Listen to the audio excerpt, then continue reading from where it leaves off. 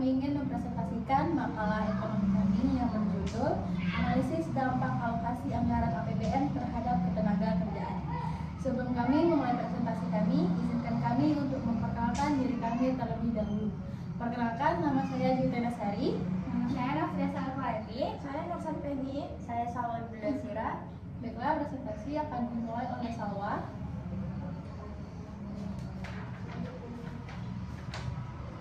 Bab pertama, pendahuluan. Latar belakang, anggaran pendapatan dan belanja negara merupakan instrumen kebijakan fiskal yang digunakan pemerintah untuk mengatur perekonomian nasional. APBN berfungsi sebagai alat alokasi, distribusi, dan stabilisasi dalam perekonomian. Melalui belanja negara, pemerintah dapat mendorong pertumbuhan ekonomi, mengurangi kemiskinan, serta menciptakan lapangan kerja. Masalah ketenagakerjaan masih menjadi tantangan utama di Indonesia. Tingginya angka pengangguran, ketimpangan kesempatan kerja, serta rendahnya kualitas tenaga kerja menjadi perhatian pemerintah. Oleh karena itu, alokasi anggaran dalam APBN terutama pada sektor infrastruktur, pendidikan, UMKM, dan perlindungan sosial diharap mampu memberikan dampak positif terhadap peningkatan kesempatan kerja. Rumusan masalah, pertama, bagaimana peran APBN dalam mendukung sektor ketenagakerjaan. Kedua, sektor apa saja dalam APBN yang berpengaruh terhadap penciptaan lapangan kerja. Tiga, bagaimana dampak alokasi anggaran pemerintah terhadap tingkat pengangguran. Bab 2, pembahasan. Pengertian APBN. Menurut Undang-Undang Nomor 17 Tahun 2003, APBN adalah rencana keuangan tahunan pemerintahan negara yang disetujui oleh DPR. APBN berfungsi sebagai instrumen kebijakan fiskal yang digunakan pemerintah untuk mengatur perekonomian. APBN terdiri dari pendapatan negara, belanja negara, pembiayaan. Dasar hukum APBN. Dasar hukum APBN terkait ketenagakerjaan berakar pada pasal 23 Undang-Undang Dasar 1945, Undang-Undang No. 17 Tahun 2003 tentang Keuangan Negara serta UU Ketenagakerjaan, UU 13 2003 dan perubahan UU Cipta Kerja. Pengaturan spesifik belanja ketenagakerjaan diatur tahunan melalui UU APBN yang mencakup pelatihan jaminan sosial, PBI, Jamsos, dan insentif pekerja. Teori kebijakan fiskal dan ketenagakerjaan. Menurut teori ekonomi makro dari John Maynard Keynes, peningkatan belanja pemerintah dapat mendorong permintaan agregat dan penciptaan lapangan kerja baru. Teori ini dikenal sebagai pendekatan Keynesian. Konsep utamanya yaitu ada aggregate demand, multiplier effect, full employment. Ketika pemerintah meningkatkan belanja infrastruktur misalnya, maka pertama tenaga kerja terserap, kedua pendapatan masyarakat meningkat, ketiga konsumsi meningkat, keempat produksi meningkat, kelima lapangan kerja bertambah.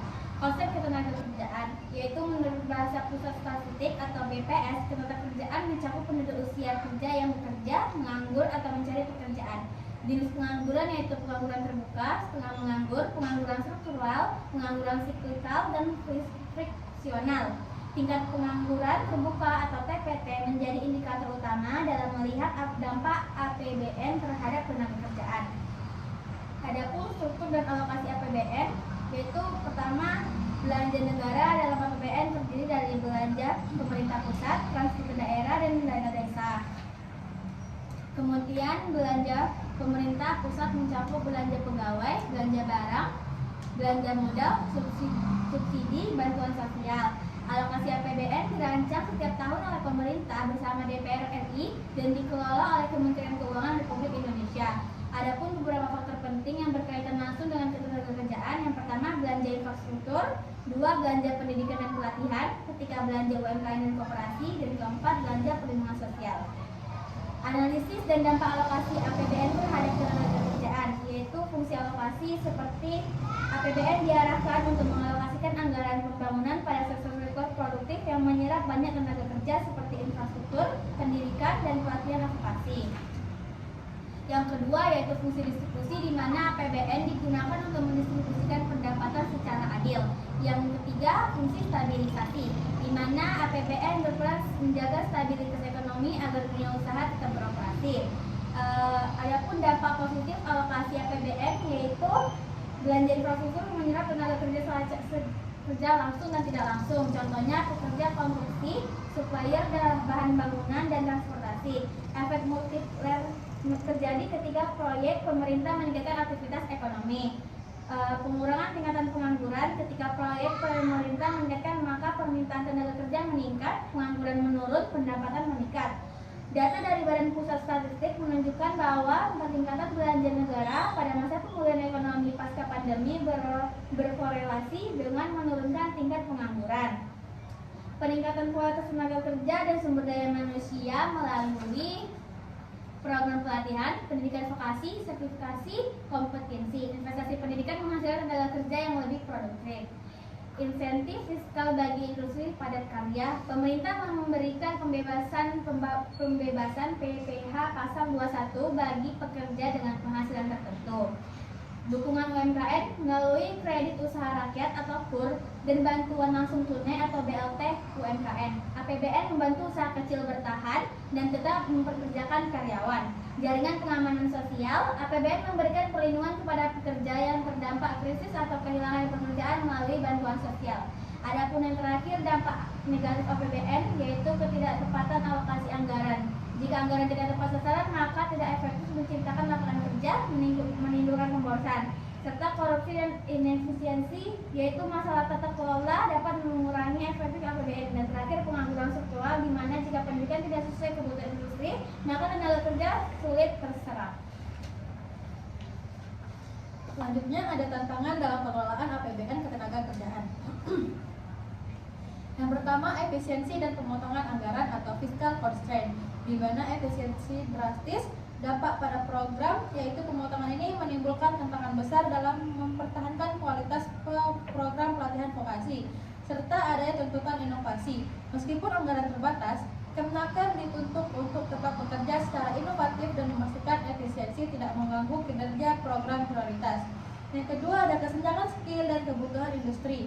Contohnya ketidaksesuaian keterampilan, tingginya pengangguran usia muda, dan rendahnya kompetensi, di mana kebutuhan akan dana untuk peningkatan reskilling dan upskilling tenaga kerja sangat tinggi agar sesuai dengan kebutuhan industri modern. Lalu yang ketiga ada masalah penyerapan dan efektivitas anggaran. Hal ini menyebabkan keterlambatan penyerapan, di mana tren penyerapan anggaran yang tidak merata atau terlalu banyak di akhir tahun seringkali mengganggu kinerja kebijakan ketenaga kerjaan. Lalu lemahnya koordinasi antar instansi dan lemahnya pengawasan mengakibatkan program seperti pelatihan kerja kadang kurang berdampak signifikan pada pengurangan angka pengangguran, dan juga PHK yang meningkat dihadapkan pada tuntutan untuk menyediakan jaringan pengaman sosial yang lebih besar. Yang keempat ada tekanan ekonomi global dan domestik, di mana menyebabkan perlambatan ekonomi dan sektor informal besar terganggu, membuat perlindungan dan peningkatan produktivitas tenaga kerja sulit didanai secara efisien oleh anggaran negara. Lalu yang kelima ada fokus pada program prioritas baru, di mana pengalihan fokus menyebabkan pemerintah menghadapi tantangan dalam membagi fokus anggaran antara program ketenagakerjaan konvensional dengan program prioritas baru seperti MBG yang dianggap dapat memakan porsi anggaran besar. Lalu yang analisis data. Analisis hubungan alokasi APBN dan tingkat pengangguran. Hubungan antara alokasi anggaran APBN dan ketenagakerjaan dapat dianalisis melalui pendekatan teori makroekonomi dan data empiris. Dampaknya terhadap ketenagakerjaan adalah yang pertama, permintaan barang dan jasa meningkat. Yang kedua, perusahaan meningkatkan produksi. Yang ketiga, perusahaan menambah tenaga kerja. Dan yang keempat, tingkat pengangguran menurun. Data dari Badan Pusat Statistik menunjukkan bahwa ketika belanja negara meningkat pada periode pemulihan ekonomi, tingkat pengangguran terbuka atau TPT mengalami tren penurunan secara bertahap. Lalu analisis berdasarkan jenis belanja negara. Yang pertama, belanja modal. Belanja modal seperti pembangunan jalan, pelabuhan, bendungan, dan fasilitas publik memiliki dampak langsung terhadap penyerapan tenaga kerja. Dampak langsungnya adalah tenaga kerja konstruksi, insinyur, operator alat berat. Dampak tidak langsungnya adalah industri semen, baja, transportasi logistik, dan warung serta UMKM sekitar proyek. Yang kedua ada belanja barang dan jasa. Belanja ini mencakup pengadaan barang operasional pemerintah. Dampaknya terhadap tenaga kerjaan adalah mendorongnya produksi sektor swasta dan meningkatkan permintaan tenaga kerja di sektor manufaktur dan distribusi. Namun, efeknya relatif lebih kecil dibanding belanja modal karena sifatnya lebih konsumtif daripada produktif. Lalu yang ketiga ada belanja subsidi dan bantuan sosial. Subsidi energi, bantuan sosial, dan bantuan UMKM memiliki dampak tidak langsung terhadap ketenaga kerjaan. Dampak utamanya yaitu meliputi menjaga daya beli masyarakat, mengurangi risiko PHK, dan menstabilkan konsumsi rumah tangga. Ketika konsumsi terjaga, dunia usaha tidak mengalami penurunan produksi drastis sehingga tidak melakukan pengurangan tenaga kerja. Lalu analisis jangka pendek dan jangka panjangnya, yaitu untuk yang dampak jangka pendek, belanja pemerintah terutama proyek infrastruktur menciptakan lapangan kerja sementara dengan ciri-ciri kontrak kerja proyek, pekerjaan padat karya dan tidak permanen. Namun dampaknya signifikan dalam menurunkan pengangguran saat krisis ekonomis. Lalu dampak jangka panjangnya yaitu pendidikan dan pelatihan kerja, pengembangan industri dan infrastruktur yang lebih produktif. Investasi sumber daya manusia meningkatkan produktivitas tenaga kerja sehingga menciptakan pertumbuhan ekonomi berkelanjutan. Lalu ada analisis efektivitas dan efisiensi anggaran. Efektivitas APBN dalam menciptakan lapangan kerja sangat bergantung pada yang pertama ketepatan sasaran program, yang kedua transparansi dan akuntabilitas, yang ketiga koordinasi pusat dan daerah, yang keempat pengawasan pelaksanaan proyek. Jika terjadi kebocoran anggaran atau proyek mangkrak, maka dampak terhadap ketenagakerjaan menjadi tidak optimal. Pengelolaan APBN dilakukan oleh Kementerian Keuangan Republik Indonesia dengan prinsip good governance. Analisis sektor prioritas. Beberapa sektor yang terbukti memiliki daya serap tenaga kerja tinggi. 1. Infrastruktur, pertanian, industri, manufaktur, UMKM, ekonomi digital. Sektor UMKM sangat penting karena menyerap mayoritas tenaga kerja di Indonesia dengan melalui kredit usaha rakyat atau KUR dan bantuan modal memperluas kesempatan kerja di sektor informal. Antara struktural dalam ketenaga kerjaan. Walaupun APBN meningkat, masalah berikut dapat menghambat penyerapan tenaga kerja, yaitu ketidaksesuaian keterampilan, otomatisasi industri, ketimpangan wilayah, urbanisasi berlebihan. Oleh karena itu, kebijakan fiskal harus selaras dengan kebijakan pendidikan dan industri. Analisis strategi optimalisasi APBN untuk meningkatkan ketenaga kerjaan. 1. Strategi penguatan sektor produktif. Pemerintah perlu memprioritaskan anggaran pada sektor yang memiliki daya serap tenaga kerja tinggi, nilai tambah ekonomi besar, potensi ekspor. Contohnya, industri hilirisasi, pertanian modern, industri kreatif. 2. Sinkronisasi pendidikan dan dunia industri. Program pelatihan kerja harus sesuai dengan kebutuhan industri, yaitu 1. Penguatan pendidikan vokasi, kerjasama industri dan sekolah, sertifikasi kompetensi. Pelatihan tenaga kerja dilakukan melalui Kementerian Ketenagakerjaan Republik Indonesia agar tenaga kerja siap pakai. 3. Peningkatan program pada rakyat, yaitu mengurangi pengangguran jangka pendek, memberdayakan masyarakat desa, meningkatkan pendapatan rumah tangga. Program ini cocok diterapkan saat terjadi perlambatan ekonomi. 4. Penutup kesimpulan berdasarkan pembahasan mengenai analisis dampak alokasi anggaran APBN terhadap ketenaga kerjaan dapat disimpulkan beberapa hal sebagai berikut. APBN merupakan instrumen kebijakan fiskal yang sangat penting dalam memengaruhi kondisi ketenaga kerjaan di Indonesia melalui fungsi alokasi dan stabilisasi. 2. Belanja negara yang memiliki dampak berbeda terhadap ketenaga kerjaan tergantung pada jenisnya. 1. Belanja modal khususnya infrastruktur memiliki dampak langsung dan multiplier efek yang tinggi terhadap penyerapan tenaga kerja.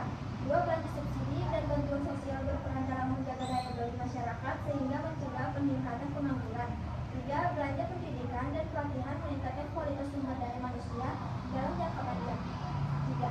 Berdasarkan teori ekonomi makro yang dikembangkan oleh John Maynard Keynes, peningkatan pengeluaran pemerintah dapat mendorong permintaan agrarer yang pada akhirnya meningkatkan produksi dan kesempatan kerja. 4. Untuk meningkatnya efektivitas APBN terhadap ketenaga kerjaan diperlukan strategi optimalisasi seperti peningkatan alokasi pada sektor produktif.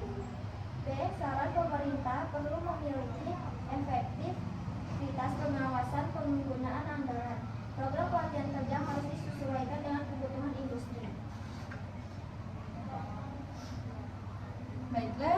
demikian presentasi dari kelompok kami.